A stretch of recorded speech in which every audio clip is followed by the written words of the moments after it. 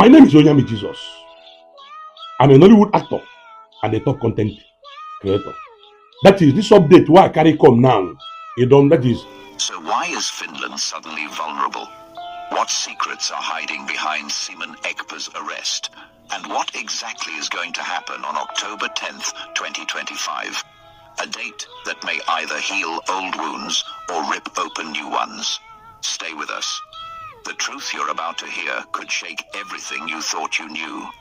The Finnish government reportedly begged United States of Biafra, USB, citizens to calm down over Simon Ekpa's detention, acknowledging intense pressure from massive online protests and real-world demonstrations. Queen Eagle, the USB Secretary of Finance, publicly criticized Finnish President Alexander Stubb during an international summit in Washington, D.C., accusing him of colluding with Nigeria to suppress Biafrans. Nnamdi Kanu's lawyer, Aloy Ejimakor, filed a defamation lawsuit against two entities, Tega Ogedoro and Secret Reporters, for spreading falsehoods about him, warning other critics to beware. Aloy Ejimakor strongly condemned Nigeria's Chief of Defense Staff, General Christopher Musa, for suggesting national ranch creation, calling it unconstitutional and a veiled attempt to favor non-indigenous interests. Aloy Ejimakor called on Professor P.L.O.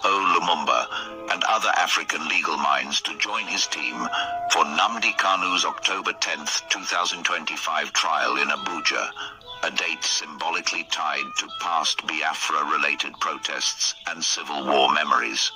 Meanwhile, Dr. David Matsanga, a Kenyan human rights activist, declared his full support for the Biafra cause, promising to fight in African courts and ensure Biafra's freedom becomes a reality. Reports surfaced alleging Nigerian police officers in Ebonyi were involved in selling babies for N25 million, with N700,000 allegedly paid to mothers to disappear. A story involving police, NAPTIP, and state officials. Nigerian troops in Borno and Adamawa reportedly seized advanced tech like Starlink devices from terrorists, raising concerns about increased sophistication among violent groups, but also offering hope for easier tracking. A major fundraising campaign is ongoing in Orlu State to raise N50 million in support of USB defense and to protect the land against military and Fulani militia threats. This event is not just one isolated matter. It is a thread connected to many sensitive topics involving law, identity, justice, and power in Nigeria, Finland, and across the globe.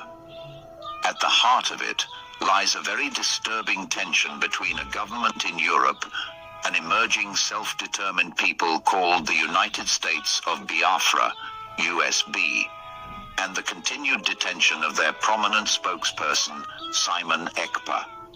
This story involves international legal battles, cyber protests, police scandals, military aggression, and civil rights outcries. And all these threads came to a head in one explosive twist. The government of Finland pleading with USB citizens to calm down. To begin with, the most glaring problem in this story is the ongoing detention of Simon Ekpa. Simon Ekpa, a Finnish-based Biafran freedom advocate, has been at the center of controversy in both Europe and Nigeria due to his political activism for the independence of Biafra. His actions have stirred the emotions of millions, especially the USB community spread across the globe. His voice became a symbol of resistance, his messages a call to action, and his face an image that ignited protests both online and in the streets. Now, Simon Ekpa's detention created a deep political and moral crisis for Finland. The Finnish government, under President Alexander Stubb, initially maintained a quiet diplomatic stance, citing national security laws and legal neutrality. But that neutrality began to break apart as a wave of fierce protests, digital and physical, erupted from USB citizens and sympathizers.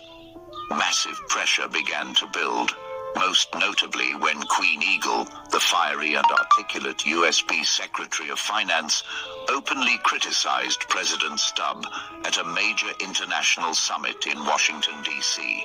Queen Eagle did not hold back. She accused President Stubb of collaborating with the Nigerian government to weaken the Biafran movement by targeting one of its most vocal leaders. Her words were not whispered in corners, they echoed through diplomatic halls. It was a scandal Finland did not expect. This added fuel to the already burning outrage among USB citizens, and the Finnish government found itself on the defensive. Now, let's take a look at how this problem began. It started with a quiet arrest. Simon Ekpa was detained on suspicion of crimes relating to incitement, tax fraud, and potential threats to national security. Finnish authorities cited his online campaigns as contributing to civil unrest in Nigeria. But to the USB citizens, this arrest was not about crime. It was about silencing a voice calling for justice, freedom, and Biafran self-determination. The contradiction in perspectives created the perfect storm. As global attention increased, the pressure mounted on Finnish authorities, forcing them to do something they rarely do: plead with a foreign diaspora to de-escalate tensions. When news broke that the Finnish government had begged USB citizens to calm down, it sent shockwaves through social media. It wasn't just that a European government was engaging with a non-sovereign movement. It was that they were doing so from a place of vulnerability. It revealed just how much influence and disruption the Biafran movement, and Simon Ekpa in particular, had stirred across borders.